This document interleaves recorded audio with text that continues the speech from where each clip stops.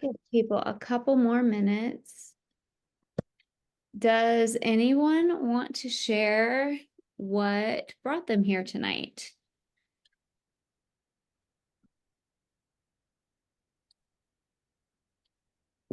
I'm gonna call on somebody. I can start. All right. What brought me here today is that I feel like I can do a pretty good job planning out my photography business stuff, but in terms of my artwork side, I have a harder time with it. So this kind of just came at a good time. And I was like, well, it's probably meant to be, so I'm meant to be here. I'm so glad you are. And did you hear about it from the Harvest page, my page, email? That's a good question. I think I heard about it from you Okay. and then Harvest because I follow both. I,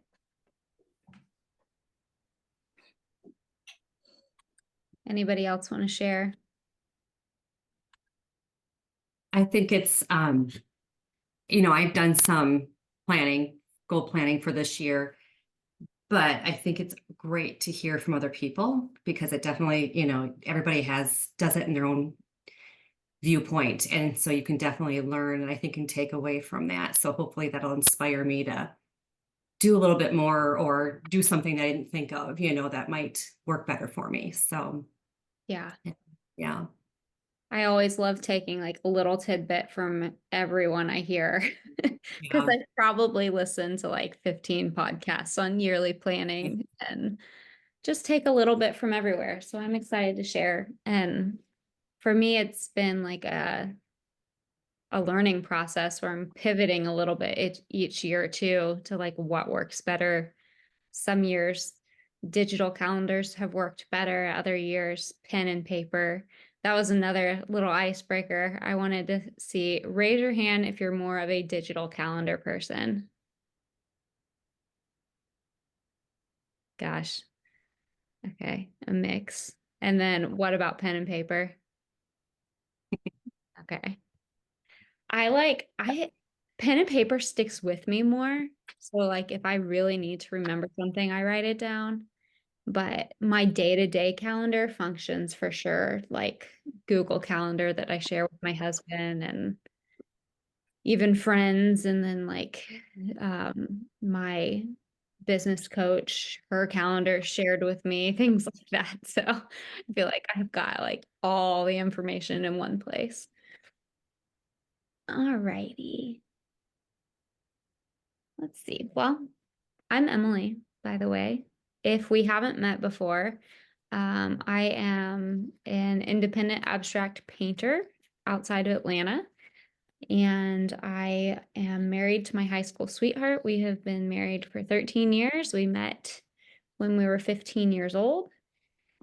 We have three little boys. Actually, I keep saying little, they're not really that little anymore. They are 6, 7, and 10. And so I'm in a very different season all of a sudden, a lot more time to fill my calendar. But I'm working on emptying it some rather than filling it because I tend to be a person who fills every little moment and leaves no room for margin. So that's kind of what brought me to a place of seeing my need for planning. I'm always burning at both ends, and I recognize that that's not a healthy way to live. It's not a balanced way to live. It's not fair to the people around me to burn myself out that way. And so I found that some of the things that help me most are to create a plan and to stick to it, but then also to give myself within that plan a lot of leeway because I think especially as creatives, we need that freedom and not so much where we're telling ourselves what to do all the time because we're a little bit rebellious. I'm sure that some of you can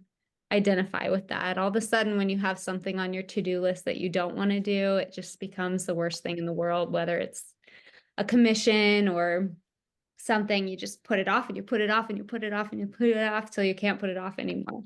Um, but that's a little bit about me. The Harvest community is something I started last January, and that was just with a huge desire to see artists connecting with each other.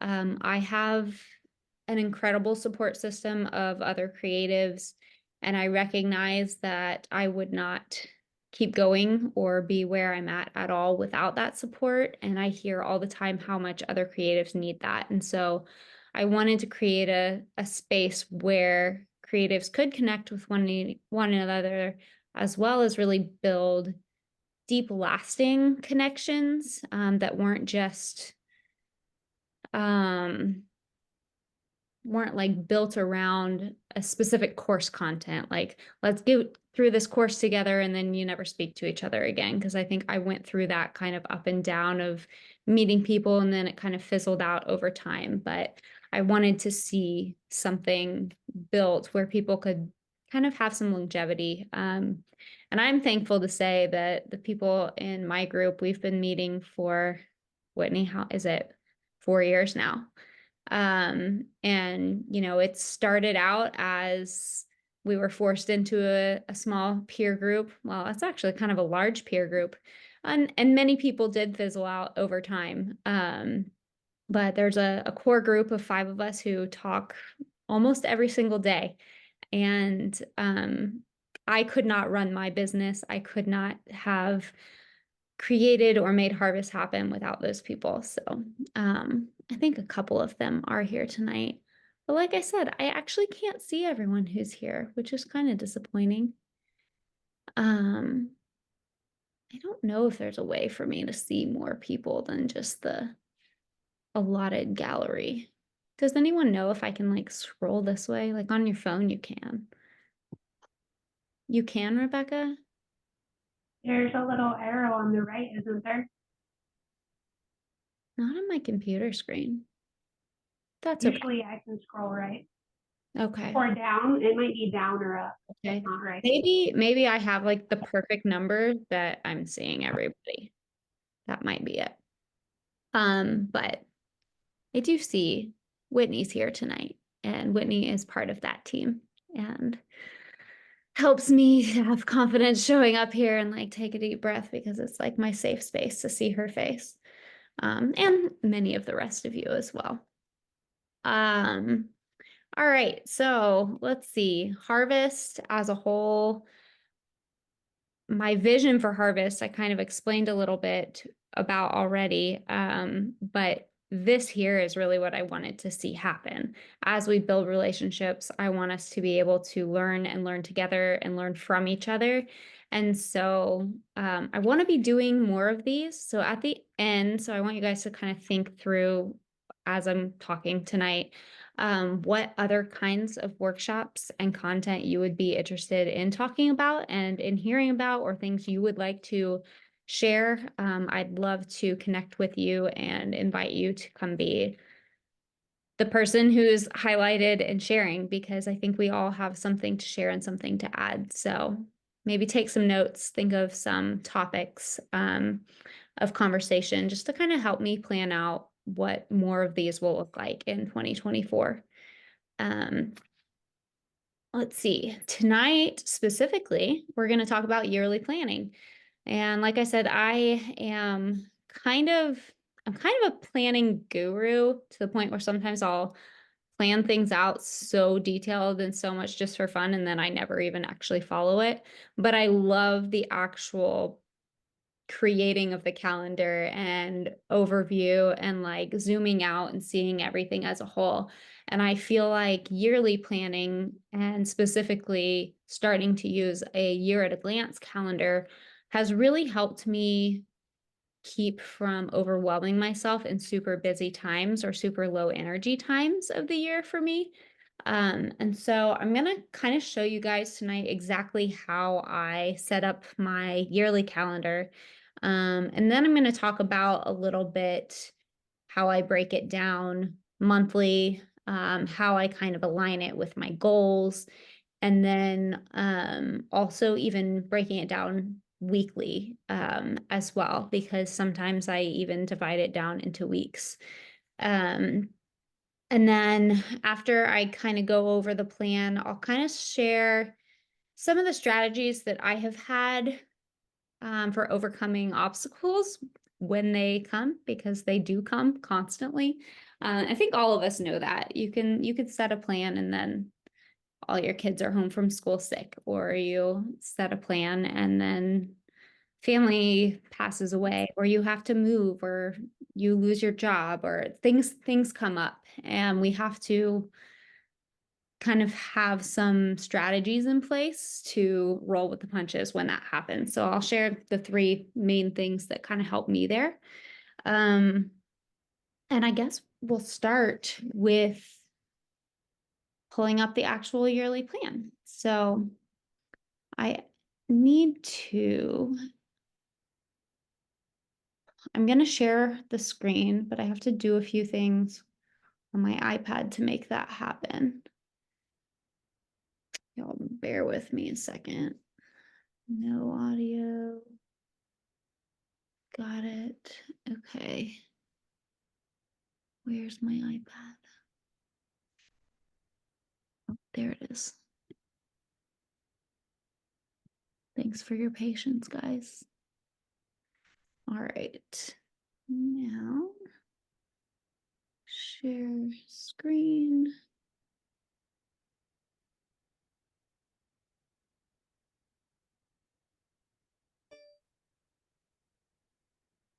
Cool. You guys are seeing this, right?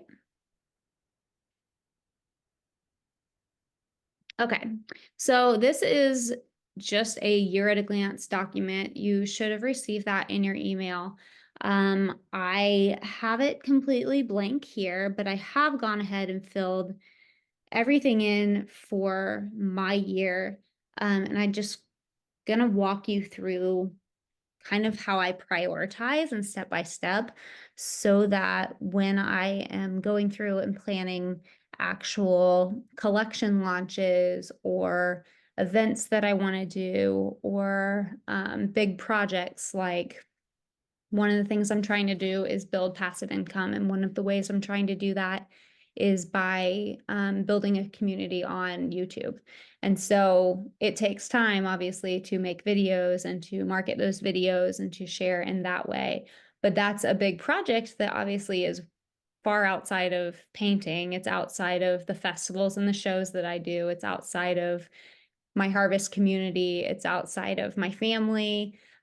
So I kind of try to go in an order of life priorities so that I can fill in my projects around in the gaps, so that I don't get to a point where it's like, oh, the kids are off this week, but I'm launching a collection on Wednesday. How on earth am I going to give the attention I need to that? So one of the first things that I do, well, the very first thing that I do is actually add birthdays to my yearly calendar.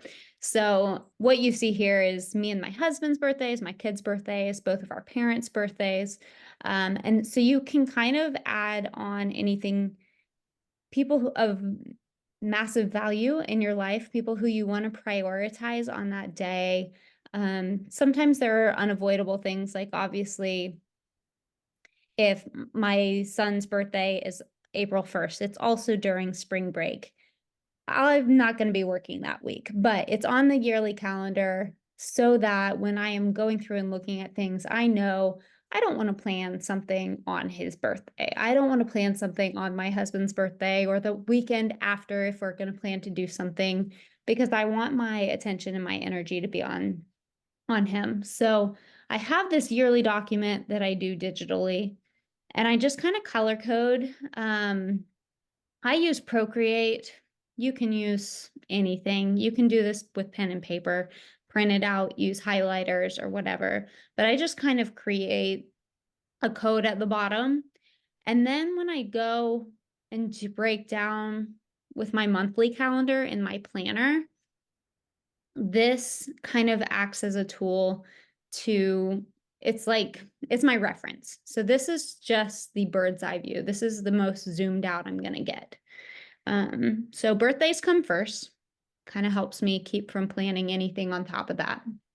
The next thing I do is look at school calendar and when my kids are home and when they're not, because I am a full-time mom. We don't have any childcare outside of schooling. Not that school is childcare, but you know, they are gone part of the day. And that definitely is, those are my working hours. So I see myself as someone who works 5 days a week. And I work from about 7:30 a.m. until 2:30 in the afternoon. So my goal is that once my kids are at home, I'm not doing any work activities. At that point, I want to be a full-time stay-at-home mom. And obviously everyone's family dynamic and scenario looks completely different with that, but that's one of the biggest priorities for my year at a glance is when are the kids actually home?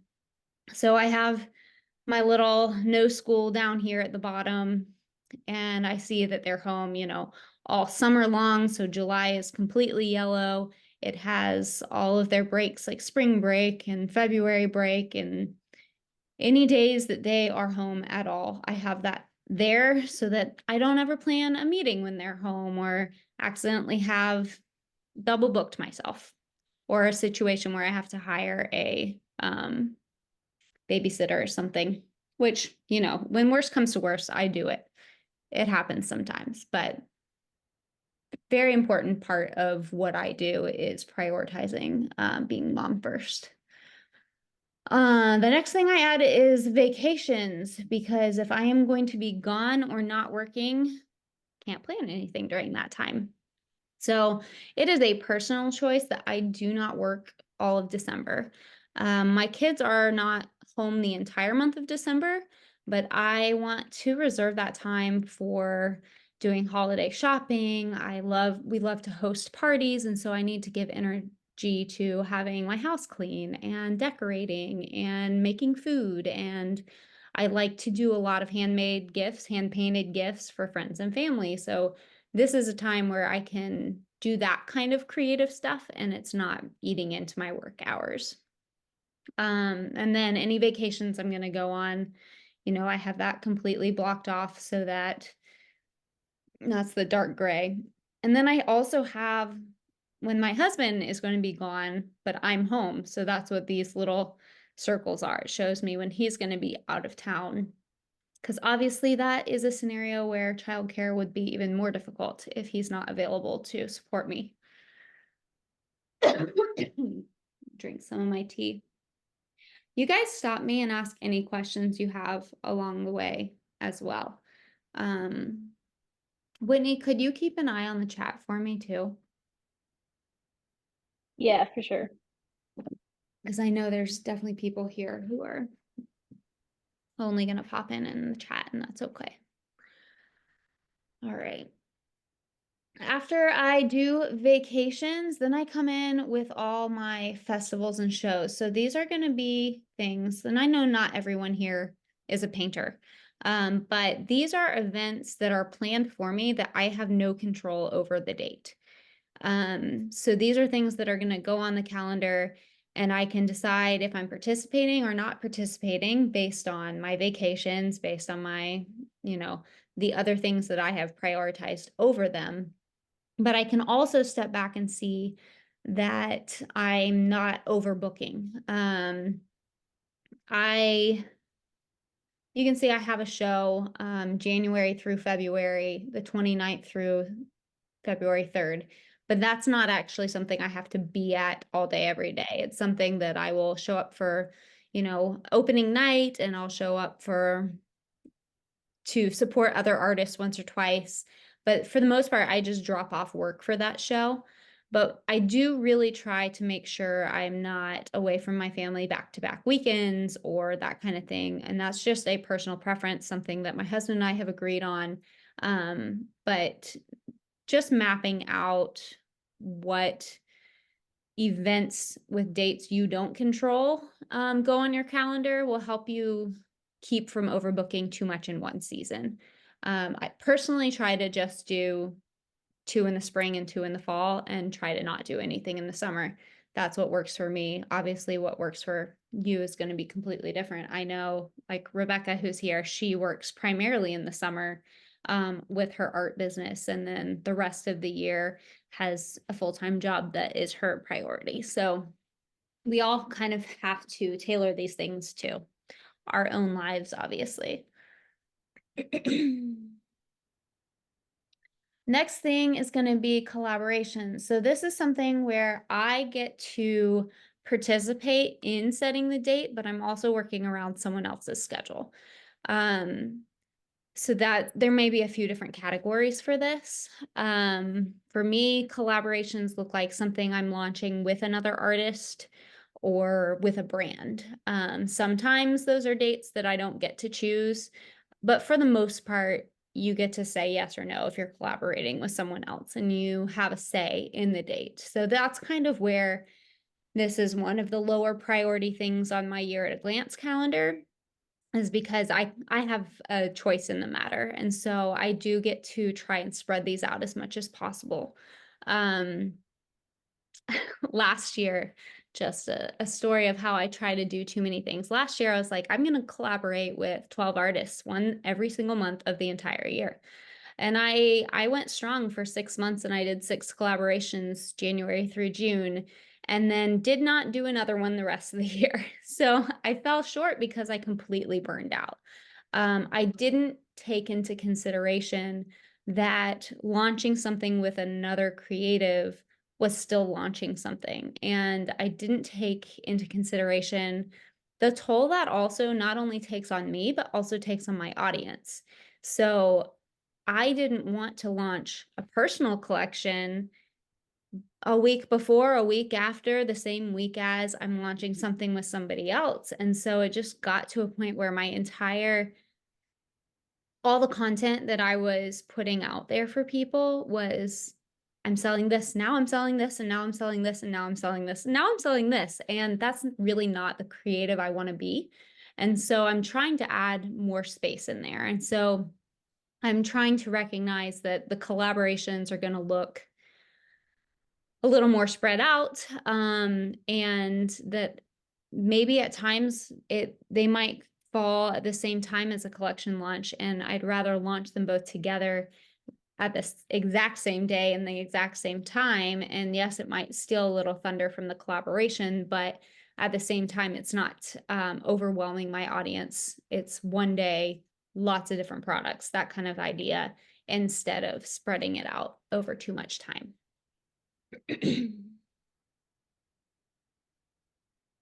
And then the last thing is my personal collection launches. So like I said, I'm a painter and I do tend to launch things in collections. You can see that I have 3 planned this year, and I am blocking off 3 weeks for each one. And the reason for that is, while I will obviously be painting and working on these things leading up to this point, that's like my crunch time. I need a solid 3 weeks of marketing before launching a collection. I hope to have most of the work completed before the beginning of this date. So say my March collection. By March 11th, I'll have at least 3 or 4 pieces done so that I can start sharing visuals of what I'm working on. At the same time, because I've already painted those 3 or 4 pieces, I will have some content saved up from as I was creating them. So this is kind of building into like the social media and the marketing aspect, but it still plays into my year at a glance, because I don't want to put all of these collections back to back to back once again. One of the things that I try to do is to spread them out throughout the year, but this year I realized I would really only be doing 2 collections, and then my holiday stuff tends to kind of be a collection as well. And so it was getting a little weird with how it's going to squeeze doing more in. 3 was really all I could do. And honestly, the March to April is a little closer than I'd like it to be. So I may end up bumping that a week, but that's kind of how I try to spread it out, is giving myself some room between, again, not only to protect myself, but also to not overwhelm the people who love and support my work. I don't want to drain them either, if that makes sense. Can any of you guys identify with that? That feeling of like I'm literally putting out something new constantly, and I don't think anybody wants to hear about it anymore. I relate to that, Emily, especially where I only work in the, well, like, I focus on selling in the summer months, June and July. The rest of the year I'm creating, but Yeah, that's what I was going to ask. So when you focus on selling during the summer, but you already have everything ready before that? no.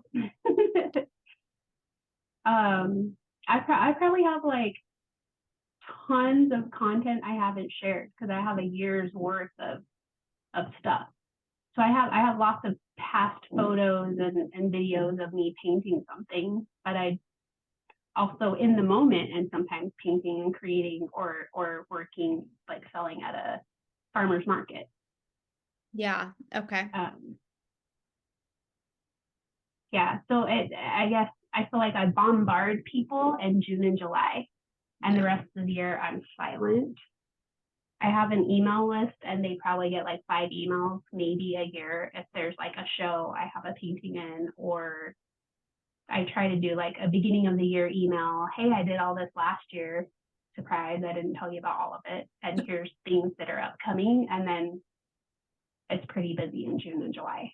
Yeah. So That's how do you balance that mentally with that overwhelm of, or feeling like you're overwhelming your audience with everything all at once, but also knowing this is what you need to do for your own mental health and your schedule and all of that? Do you have any thoughts or advice on how you mentally face that? I guess I'm not as worried about overwhelming my audience. I'm worried more about me. Am I taking care of me and my health and my needs? And that's how I do it. Because while I'm working during the year, I can't. It's very. I've been trying different things like, oh, I'll schedule posts twice a week, and this month I am actually posting every day is the plan. But that usually I don't post on social media throughout the year that regularly. So that's just kind of for fun. And then during the summer, I'm more focused on, okay, I'm going to plan out social media. I'm going to plan out marketing. I'm going to actually sell and working on the business side of things more than the creating side of things. I guess I'm not as worried about my audience necessarily, but more focused on my boundaries and taking care of myself, that I don't burn out, that I can do that in the summer. Yeah. And same thing, like how you shared your calendar, I do the same thing, even though I just have June and July. I'm still looking at, well, I'm going to be on vacation this week, or I have this family reunion this day, or I know I have something intense that week I do not want to sell. So I pick out the specific Saturdays I'm going to be selling just on a smaller time frame. And my marketing time frame is not a huge month-long collection launch. It's more of a year or 2 or 3 years of launching something, because that's just my pace. Yeah. And But you're I very don't confident. know if that answered your question, but I mean, what I'm I'm hearing, doing the same thing. I just have to modify it to me. yeah. Well, what I'm hearing is that you're confident in knowing that that's what's best and what works for you. And I think that that's what we all kind of have to figure out. And unfortunately, sometimes there's some trial and error with that. I think we've all experienced burnout. We've all experienced, creative blocks, and sometimes they come at the wrong time for yearly planning. That's something I definitely have to take into consideration when planning collections, is like, well, what are these collections? Sometimes the inspiration comes to me at a really inconvenient time and I just paint and paint and paint and paint, but I have to be willing to be patient as far as sharing all of it and selling all of it, and recognizing like I might need to store this up for later because the inspiration might be lacking later. Okay, so that's kind of how I do a yearly plan. That is, I have a few different ways that I kind of track that. One of them is with that digital calendar. Another way is by actually having a printed out version that this past year I experimented. I bought one on Etsy and I printed it out super large. So it was a huge poster on the wall in my studio. And I loved the idea of it. It helped me with the whole plan. But as soon as I got it up there, I honestly never looked at it again all year. So I'm not gonna spend the $24 to print something huge and do that this year. But if you are interested in doing that, I do have a couple links I'm putting in the chat. These are just listings for ones on Etsy that I thought were cute and useful. So if you are somebody who really wants that super large year to glance, something to keep coming back to in your studio, there's some ideas there. Did anyone else have specific categories that they would add to their yearly plan that I didn't talk about?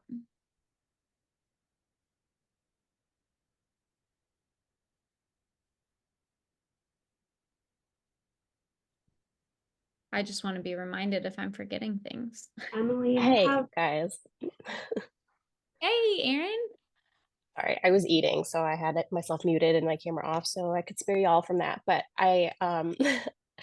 in response to yours, I just wanted to say that something I do pretty much the same that you do with yearly planning. And I also have to second that I tried that big wall calendar last year and never looked at it again either. Um, but one thing that I always do is try to pay attention to the quarter mark. And some people don't care about that. But for me, because I'm a goal person, I try to set myself a main focus for the first quarter and then continue throughout the year. And I just started doing that. So I've always done goals, but I think I broke it into quarters just last year and it was really, really helpful. And so that helps me to focus. So I might come up with 3 to 5 goals that or focuses for my year, but I pick 1 or 2 things, ideally just 1 for the first quarter. And then it helps me break it down into smaller tasks throughout my months and weeks and days. And so I try to make it a point to keep that marked on my calendar so that I know like the spacing and how close I'm getting to that point and such. So I recommend that. And I'm trying to think of the other like more minuscule categories, but you've covered like definitely all the ones that all of yours I definitely have too. So if I can think of the other one, I'll hop back on. But that for sure I just want to put out there. Yeah, I love that. That's definitely one of the things. I don't tend to think in quarters, but I do break down months that way, I feel like last year I had a full like yearly focus. My focus was building passive income, period. And having taken off the month of December, it was kind of unintentionally a test to see how well it worked last year, because it was like, well, I didn't work. Did I make any money in December? And I did. And so it was like, okay, the passive income part that grew some, because the December before I didn't make any money. So it wasn't very much, but it was something. So there was a nice little, reward there. But I do try to break down month by month focuses, or that's what I've always done in the past. I'm currently trying to shift my thinking, and then so that was kind of the next thing I was going to talk about, was how I break down my month, and kind of build that into my goals and my projects and all those things. But I don't know how many of you actually set like a yearly financial goal, and then if you break that down monthly and then break it down weekly. I feel like quarterly is actually a really healthy way to do that, because one month to the next can still vary so much. based on events or things you have going on, but quarterly is a better picture of like where you're at after quarter one, after quarter two, in relation to the whole year and meeting your goals financially. But when I break down my monthly calendar, in the past, I've kind of had the focus be, it's almost like there's a launch every month, and I have had to just scramble. And I have found myself with like 50 tabs open every single month. And I tell myself that I have one focus, whether it's like marketing a certain thing or painting a certain thing or preparing for a certain show. At the beginning of the month, I'll set that, like, that's what this month is all about. At the same time, as a creative who is thinking about a million ideas all at once, I've got all these other things that I'm like, well, I should be doing this, and I need to be doing this, and I need to build this so that this grows, and this and that. And so I get really scattered, and I have like 12 tabs open and then I'm really not getting anything done. And so one of the things that I'm trying to do this year differently is working more on a project by project basis, and starting one and finishing it and then moving on to the next thing. And one of the ways I'm going to do that is breaking it down into a weekly schedule. Olivia and I actually talked about this yesterday. But I look at my week and I think, all right, Monday is going to be a painting day. This is just going to be fun. I'm going to get in my studio. I'm going to do the most fun part about what I do, and that's creating and painting and do what I love. And while I'm doing that, obviously I can take photos, I can videotape what I'm doing, but there's no pressure to share it. And there's no pressure to create content. It's just gathering up those materials while I'm working on it. On day two, I see day two as like a connection day with different people. So some people might call it nurturing, but it's an opportunity to respond to emails. It's an opportunity to chat a little bit with people on Instagram, or start actually building. Like I said, I'm trying to build on YouTube, but I want to actually build a community there and not just be posting video content. And so in order to do that, I actually have to connect with these people. So I'll use that day as a time to actually connect with people.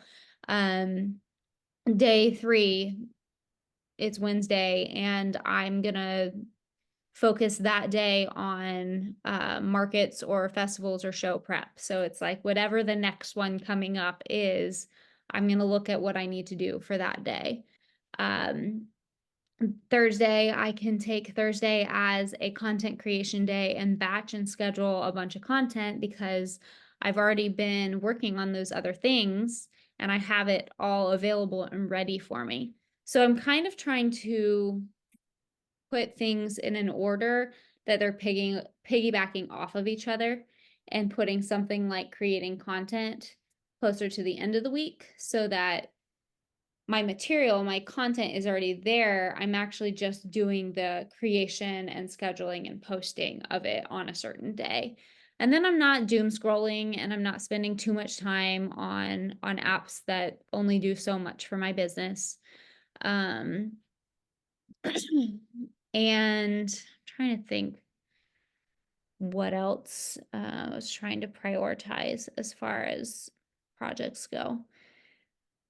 But the way that I'm kind of organizing that is I have a to-do list for each of those days. So it's like I have a Monday to-do list for painting. And it's like all of the ideas I have of things I want to paint, whether it's in a sketchbook or otherwise. When I get to Monday, I have Monday painting to-do list, and I choose one of those things. Monday's the easy day because, like I said, it's the fun thing. It's the thing that I love most about what I do. It's actually getting to paint and create. But say it was Thursday and it's content day, and I finish the one thing on my content list, then I have time to do more painting. And so I'm trying to focus more on that, doing one thing off of the daily focus, checking it off my list and being done with it, and then going back to the thing that I love. Instead of getting distracted by all these other things, I can see it as like, no, I checked the thing off my list. Look what I got done, instead of look at all these things I still have to do. And so for me, that's like a way to mentally protect myself. I think as creative entrepreneurs, we just have, the laundry list of all the things that need to get done, or we think need to get done, the things we should be doing. And it distracts us from actually getting anything done a lot of the time. And so one of the ways I'm combating that is by breaking it down into multiple category lists and picking one thing on specific days to do the one thing for that day, what it calls for, if that makes sense. People said a few things in the chat. Aaron, I remember the other category is appointments, like the ones that come up each year, dentist, doctor, etc. Sounds small, but with multiple people in a household, it can take a lot of my energy, and I don't like to stack big business happenings around medical appointments. That is super helpful. That's one of the things I'm really bad about keeping in mind, and then forget even to like let the teacher know that I'm picking up so and so at like 11 o'clock today. Pauline, thinking of deadlines for applying to shows or magazines, etc., could be added to calendar throughout the year. Yes, those deadlines are super helpful. That is something I put on my monthly calendar when I know that there's shows that I want to apply for. I have those deadlines on my monthly. I think that would be a really good thing to have on the yearly calendar too. Rebecca, it helped me recently to write down the top 5 motivations for meeting art, and then write 3 measurable goals for the next 18 months, 3 years, and 10 years based on my values and motivations for my art business. Do you want to expound on that some, Rebecca? Sure. So one of the like local artists that has an art academy, like a business teaching artist in my community, he recently had a survey that anyone could take on like a Google Form survey. And it was probably 30 or 40 different questions of like, hey, how much is this important to you?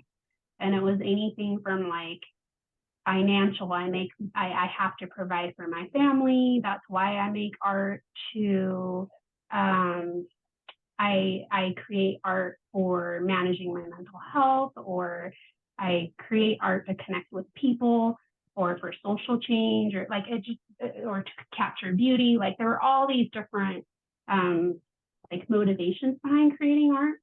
And at the end of the survey, he had the write goals for the next 18 months, 3 years, and 10 years. I hadn't ever considered that in my art. And so I did that like exercise. And it was really, really interesting because I also identified like, these are my top motivations behind my art.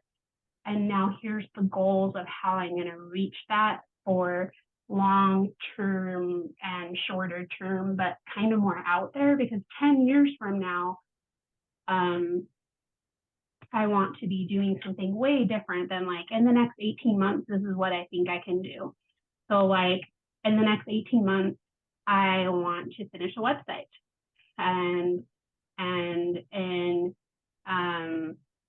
3 years, that's way different. In 10 years, that's way different. Yeah. And so that just was kind of like more, kind of like how you said you're doing a quarter goal instead of a monthly goal. I hadn't ever thought through, well, in 10 years, this is my goal.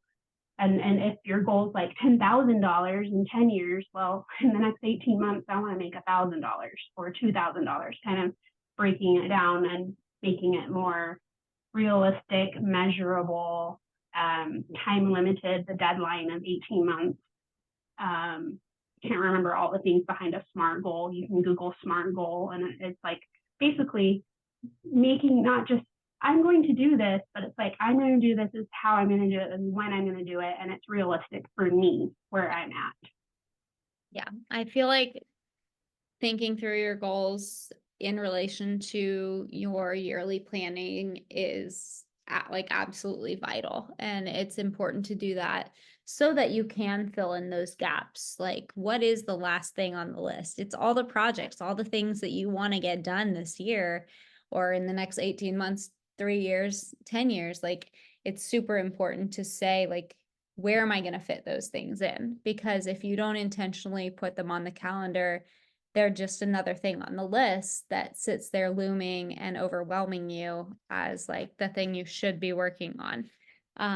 In addition to all the day-to-day of running a business and creating.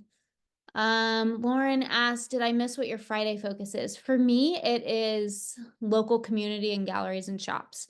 So it's like, do I need to I'm personally trying to build right now.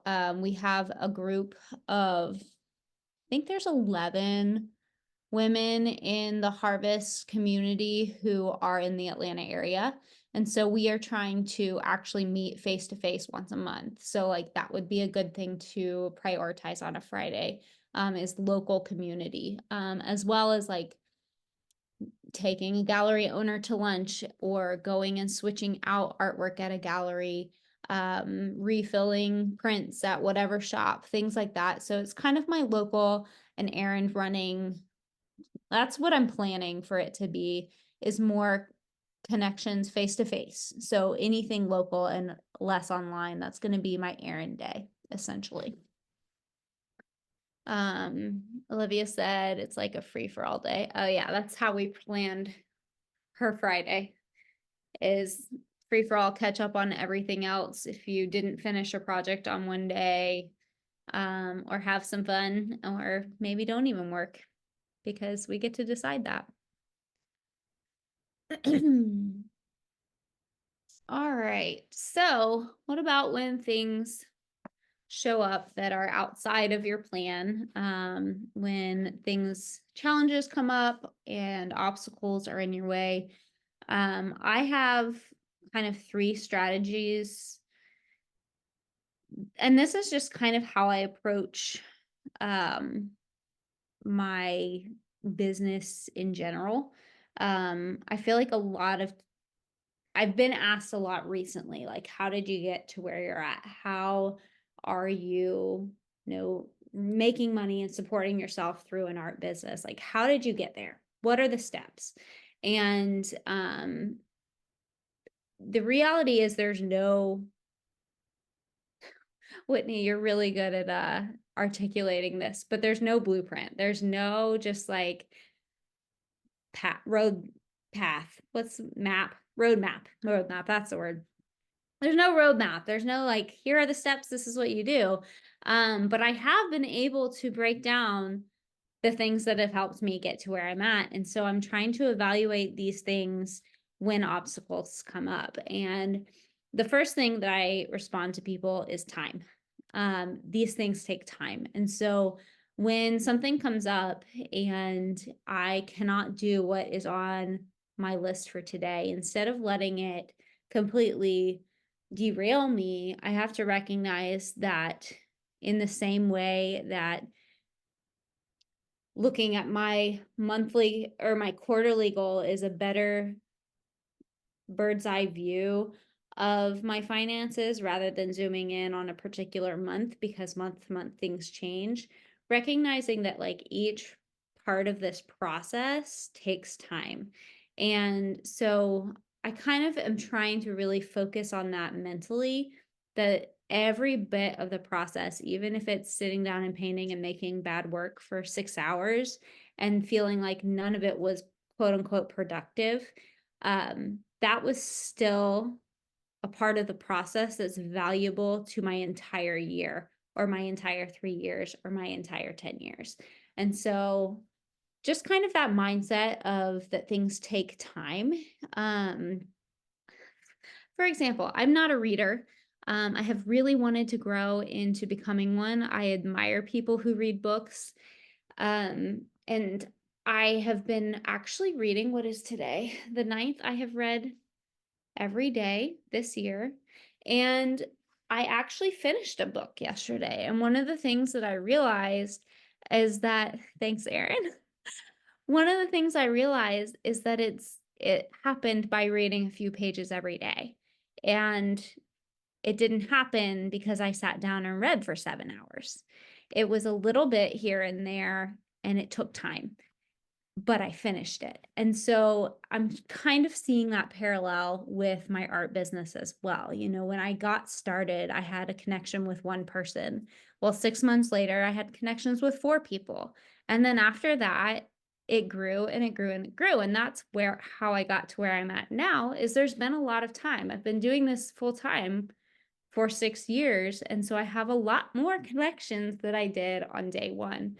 But it wasn't because I did something magical and got all those connections overnight. It was the time that actually got me there. On top of that is consistency. I didn't give up on those days. I did a little bit every single day to read those books. You know, you read a few pages, you read a couple chapters, you didn't read a whole book all at once. But the only way for you to actually finish the book is to consistently be doing that. And that's where I've fallen short, you know, the last 34 years of not reading, is I just gave up because I couldn't finish a book. And I never finished any books because I wasn't consistent with the reading. I didn't read a little bit every day. I didn't make that the priority. And so again, consistently showing up for my business on days that I don't feel like it, consistently doing a 1 thing a day or a 3 things a day, consistently showing my face on social media, even when I don't have makeup on. I'm here in pajamas. I don't care. There's no makeup. That is like, my goal is that I'm being consistent and that people know who I am and that I'm not putting up a front. And the only way for me to be consistent is to show up how I am, because I can't do my hair and my makeup every day. So just different things like that. Consistency is, I feel like, it's a core pillar of what's brought me to where I'm at. And then the last thing is community. And that's probably the thing that helps me overcome any obstacle, is I'm not doing it alone. So when I run into those hurdles or completely need to pivot and change exactly how I'm doing my year, I had huge lofty goals last year. And in October, had a conversation with my husband, and I completely stepped back and changed my business completely. I went from being on a crazy hustle, workaholic mindset and working as hard as I could all the time and feeling like I needed to build a crazy empire, to completely stepping back. And I had the community to support me and telling me this is what was best for me. This is what was best for my family. Long term, this is what's best for my business. But because I wasn't isolated and doing it alone, I had the people to support me on those days where honestly, I wanted to keep working. I wanted to push myself even further. And I had people say, Emily, don't do it. There were days where I had Becky basically yelling in my face, don't you dare say yes to that person. And I would have said yes if it weren't for having community. So those are my 3 things: my personal strategies, consistency, time, and community.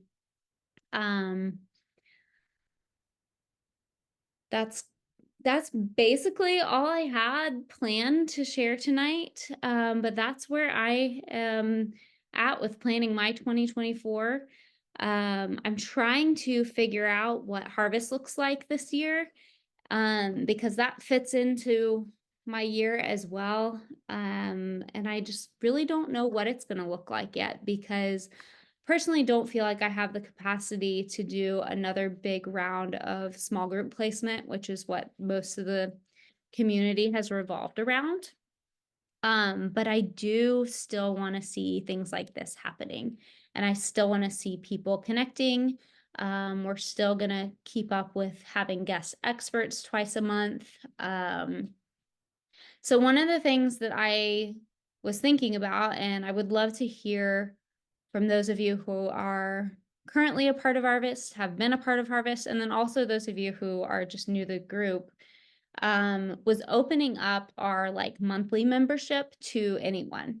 In the past, it has only been open to people who have gone through the small group placement program.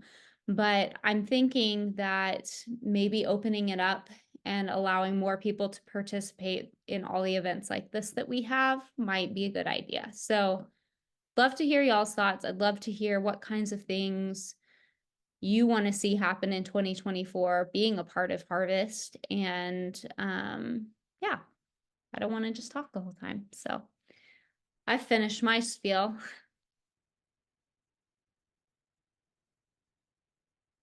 Denise said I have the opposite problem where I end up binging and reading too much at a time. Aaron said same. Yeah, I'm jealous of you people.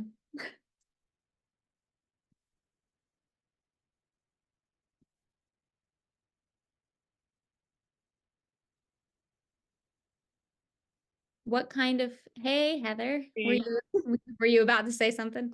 Yeah, I was just going to comment on what you were saying and just saying how much I've enjoyed Harvest.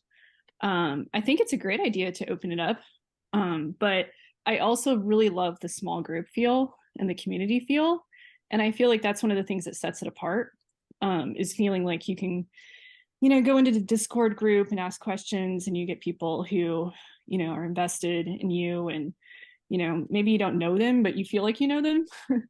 So I'm part of some other groups and they're good too, but you don't have that same community aspect to it. So that's one of the things I really liked about Harvest. Yeah. So I'm not sure how to balance all of that because, yeah, I know it's probably a ton of work to do all the small group placement and all of that. So, and it would be nice to have, to open up the membership, I think, but how to balance that without making it too huge would be a challenge maybe. Yeah. I think that one of the things that I would maybe do is like only open it for a short time, let some people join, and then like build with those people. And then once we get to a point where it's like these are core people who are consistently showing up, they're the faces we're used to seeing and talking to and knowing, because we do know that other people kind of trickle off, then opening it again for a certain window, possibly something like that. But yeah, it is. It's a tough balance because the whole idea was built on small group community. And I also appreciate how much of a personal impact that you have on everyone. Because I mean, I've always felt like, you were always available and there, which, it's incredible you're able to do that. But that might be hard to manage. I mean, maybe if you had a larger team to do that, and then you have other issues too. So Yeah, well, they're good thoughts. Good thoughts. And I appreciate so much just your enthusiasm about being a part of it and always participating and always giving feedback. And this, it's invaluable to me for sure.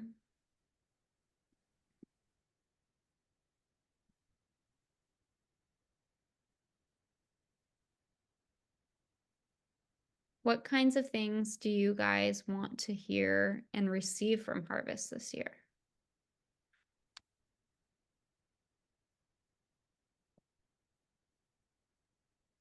I mean, honestly, I've loved what you've done in the past. And I mean, maybe one thing that you could do to manage your time is just to have these recurring topics and then just have like a new take on it or to add to a library on it every month.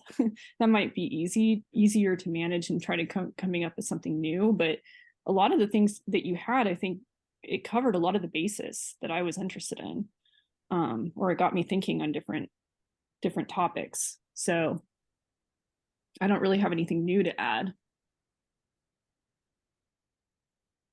Yeah, I like your monthly Zoom calls that you've been planning, and it, just like Heather was saying, it just kind of brings up new topics or just different viewpoints. And I've gotten new resources just from, just from chiming in. And a lot of times I don't make the live calls, but I always make sure I watch the recorded ones.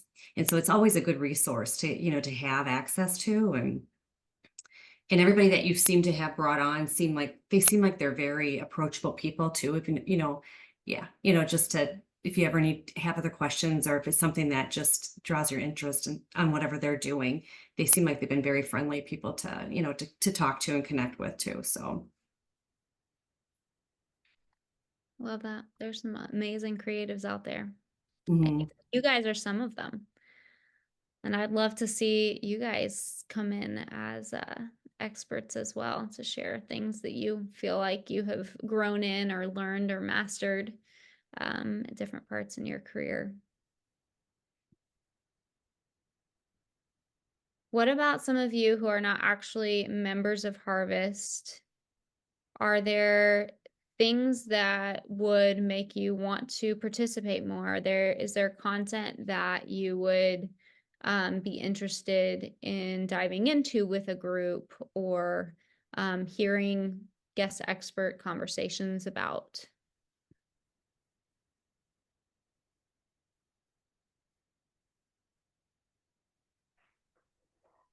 I think for me, well, just thinking out loud here, because the thing that I hit across a lot is that I just don't have enough time to do things because I am still at that. I have a 4-year-old, so and I'm at home full time with him, so I balance a lot between photography and artwork. And I found that last year I ended up putting my art to the side a lot more because my photography side took over a lot more of my world.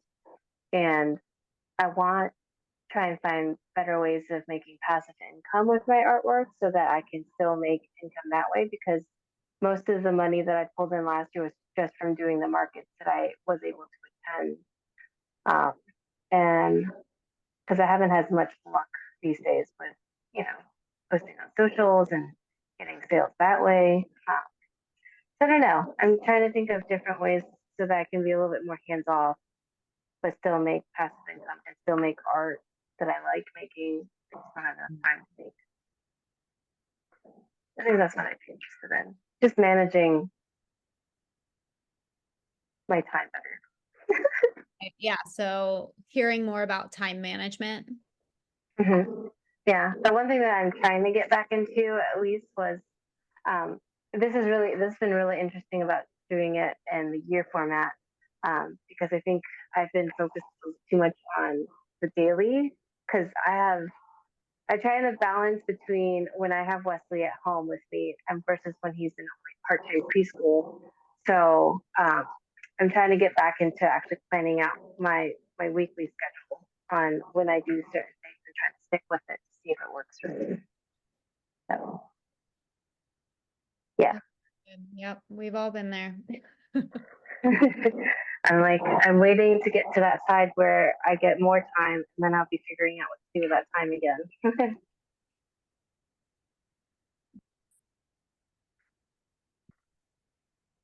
Cool. Does anybody else have thoughts or ideas?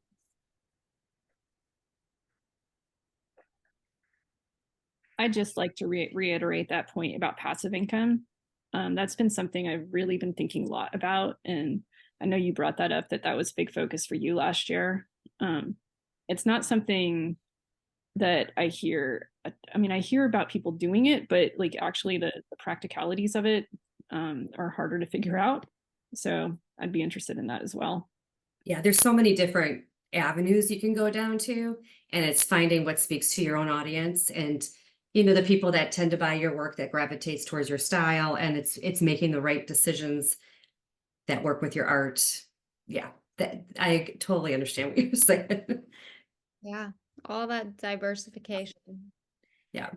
Yeah, it's one of those things that like I feel like I could talk all day about, but at the same time, each person has to try so many things to figure out what actually works. And like when I talk about having some success with it, it's like, well, I maybe got like a $4 check from here and a $40 check from here, and then I sold some prints here. And so it's like all these little bits coming in, and they are really little bits, but if you get a little bit every month from a place, like it does add up over time. And it turned out that I didn't work in December and I still made some money. So yeah, I would love to kind of dive into more of those different avenues and how I've tried and failed, and different things like YouTube was like, I was gonna try and make that the priority last year, because I know once you get monetized, you can just kind of get a check every month. But I haven't even gotten there yet, and it takes a lot of time. It takes a lot of effort to put into it, and it also takes me away from the thing I love most, which is actually painting. So you have to like really evaluate if you have the time, the energy, the capacity to add in those projects on top of actually your day to day. And I've found for me that like I only have that if I've scheduled things and planned things accordingly. And so that's where the yearly plan has really come in for me. I'm hoping I'm going into 2024 a lot more balanced than I did 2023. I mean, also the point you made about in-person connections. I think you mentioned there's been some talk about in a retreat possibly. That would be awesome if that is able to be pulled off. Yeah, because it would be really nice to make in-person connections at some point. Yeah. It's definitely on the radar. It's hard to coordinate schedules. I think that's like the most overwhelming thing for me about doing the small group placement for people is like, okay, we've got 40 people. How do we put them in small groups of 6 to 8 people who can all meet at the exact same time in different time zones? And yeah, it's more complicated than it should be. And I feel like both times we did it, it was like sleepless nights, and just so much work and so incredibly worth it. And so I'm like, it is worth it. I would love to do again if it's worth it, because I get to see the way that there's been so many incredible relationships built. But then I'm like, it's a thing that takes away from my family. It's a thing that takes away from my art. And then I'm like, I want the capacity for everything. And if you did open up the small groups again, what if you built into the like pre-registration process that the person is signing up for a specific day and time?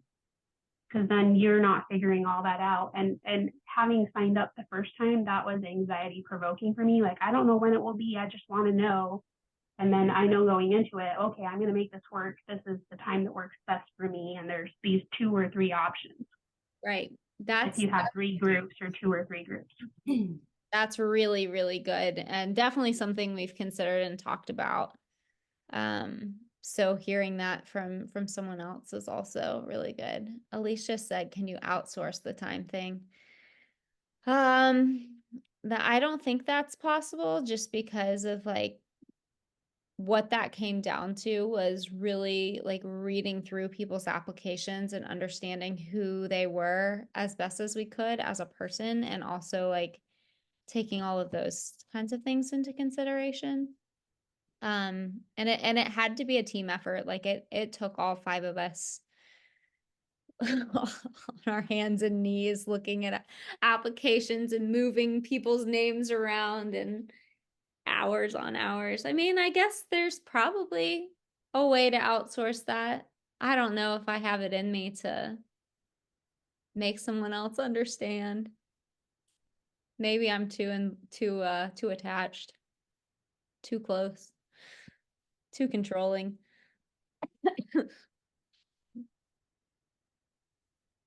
Cool. Well, thank you guys so much for showing up tonight. And I hope that you can take away some things that add some value to your year. And I would love to keep connecting. So, Heather, like you said, I am always here, and I'm always like, I'm not a gatekeeper. I'd love to share any information I have. If you ever have questions about anything, I'm here and I'm available. And I'll keep you guys posted what kinds of things we're going to be doing moving forward. Our next guest expert is going to be actually next Tuesday at 11 a.m. Eastern time. And that is going to be our very own Casey Landis. She has not decided on what topic she's an expert in yet, but she's going to be coming on, and we all know what an incredible artist and business owner and person she is. So I hope that you guys can join for that, and we'll keep you posted on what the actual content will be. Yeah, thanks for being here.